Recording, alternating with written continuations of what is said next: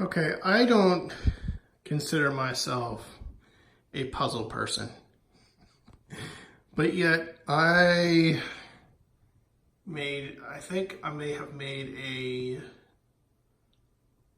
I don't know, a mistake. Buying off a little too much, a little more than I could chew. This is a large puzzle. Mainly, this is a 18,000 piece puzzle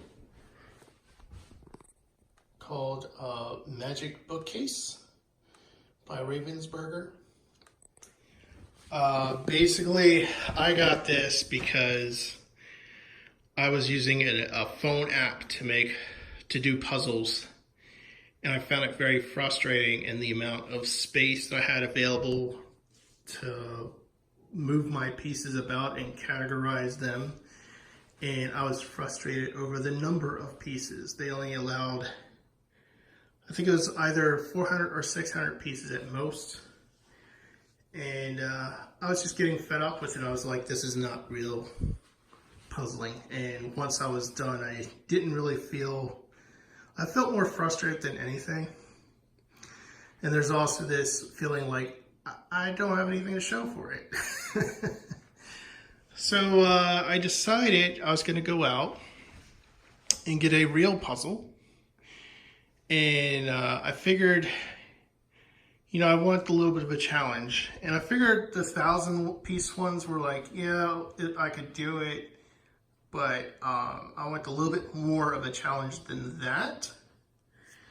So then I was looking on Amazon for anything above, I think it was above 1,000 pieces or above 3,000. I'm not sure which one it was, but these came up, these 18,000 piece puzzles. And then I found out that they actually come in bags.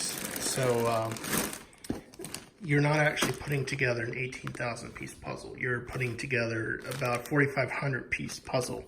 I was like, okay, I can do that. That seems a bit of an interesting challenge. I can handle 4,500, and I believe I can. But this is so large and so time-consuming and involved that I'm uncertain if I'll have the willpower to continue after I finish this one. But it may be that I just have to do it just because I can't stand having this being unfinished with it being so amazingly cool. The other thing is my dog is getting trained at the moment, so I need something to keep me grounded while he's gone. So this really takes my mind and occupies me while I'm not thinking about other stuff. So you can see I did reds first. Basically what I ended up doing first was I actually looked for all the side pieces. And to do that, I was actually flipping everything up. So all the pieces were actually here, face up. I found all but one side piece. Actually, I found all but two side pieces because one of them, I didn't realize it at first, but should be right here. This piece was missing, and I thought that this had gone together just fine. I mean, the yellow matched up, but it took me a while before I noticed this definitely does not match up. There's, it doesn't even line up on the edges, and I realized I was missing another piece. So it took me a couple days to actually find this piece and the other piece. And this piece I thought was green. Because if you look at only the pieces, you'll notice it looks like it might be green or somewhere in between. So I kept my eye out. And after I sorted all the reds, I start sorting all the greens. So that's why you see all the greens in there, scattered about but sorted. This is all that I have left of the reds. You can see all the reds are out, and I'm starting to work on the greens and the various shades thereof deviating towards yellow and blue. It's like a greenish, some of it's greenish yellow, some of it's towards the blue, but not that much. But there's a green blue there. All right. So I had to move, once I started putting all the big pieces in the middle, I had a lot of problems scattering my pieces around and running out of space. So I had to move everything over to here. And that involved pretty much moving a big pile over here and flipping everything face up again. So, and then as I flip them up, I start noticing, hey, we've got a lot of white pieces. So I start putting only white in there. This will eventually change out to be yellow and brown. So there'll be two separate colors because there's just way too much yellow. I've moved most of the yellows over to there. So these are more the burnt colors, but I'll get to those later. One of the things that helps me out is actually having these all laid out face up. Even if I'm not working on these colors, I will walk past here and something will catch my eye and I'll know exactly where it goes. That is so weird to me that it's like, okay, I know where this goes. I have to stop and put it there. That's just weird to me. Yes, and I am dreaming about this stuff. Some of them are nightmares. Yeah, and foam board is amazing because look at this. You can just layer it. You can move it around fairly easy. And then, you know, I have this in here, like my main area. I can rotate it around. And I have these smaller pieces for smaller projects when I want to focus on one specific type of shade of green, or if I find a specific, like these are all textured in a certain way. So I'll pull all those aside and start putting those together.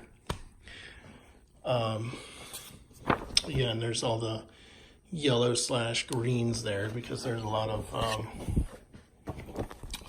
books here. Like you can see yellow and green go down there. I'm trying to think, there's a yellow and green there. So you're gonna find a lot of that in different parts. So that's what those are all about. They give you this nice poster that shows you all the different quadrants you can work on. I mean, just this alone, you could put it on your wall. It would look pretty cool. But I'm going to frame the puzzle that I have once I'm done. My brother kind of inspired me because he has a puzzle that I've seen at his house all the time that's sealed of, at least I believe it's sealed of, it's like, I think dolphins. It's an oval-shaped puzzle that he has hung up and framed. So I'd like to do that once this gets done. Oh, man. But this is a lot of work. The hardest part so far has been flipping everything up and categorizing, just stumbling as I go of how to do a puzzle. I think the next bag is probably going to be much quicker in terms of how I'm going to categorize everything and put everything up. But you got to think, 4,500 pieces. That means I've got to touch each piece at least once. I don't know how many times, but it's more like, how many times am I going to touch the same piece again and again and again? And you really want to kind of lower the number of times you have to interact with your puzzle pieces. So at the beginning, it's more of a speed game in just how quickly you can flip over those pieces and how quickly you can find the sides. But then after that, it's sorting in the colors, and then it's more like deduction or categorizing into smaller and smaller parts. You're working on smaller puzzles, which eventually get put together into the larger puzzle. So, yeah, this is going to be interesting. It hurts my back. So that's why these smaller pieces of foam board help, because I can just bring all the pieces up and sit more comfortably. You know, I can hold it at an angle a little bit. It might be ideal to have some felt or something, some kind of surface that keeps these from sliding so much. But it helps for now. Can't really complain, can you? Yeah, so if I make a major accomplishment, I'll probably post another video saying, hey, I did like this first quarter and I'm still alive, or I'm starting on the second. I think the giant piece in the other room, once it's done, I'm going to split them into like smaller foam board panels, and stack them in the back room, because the trifold displays, I don't trust them. They seem a bit weak, but we'll see. All right, have fun. And in case I didn't say it, this is the magical bookcase by, I think it's Ravensburger. I found it on Amazon.com, 18,000 pieces. All right, have fun.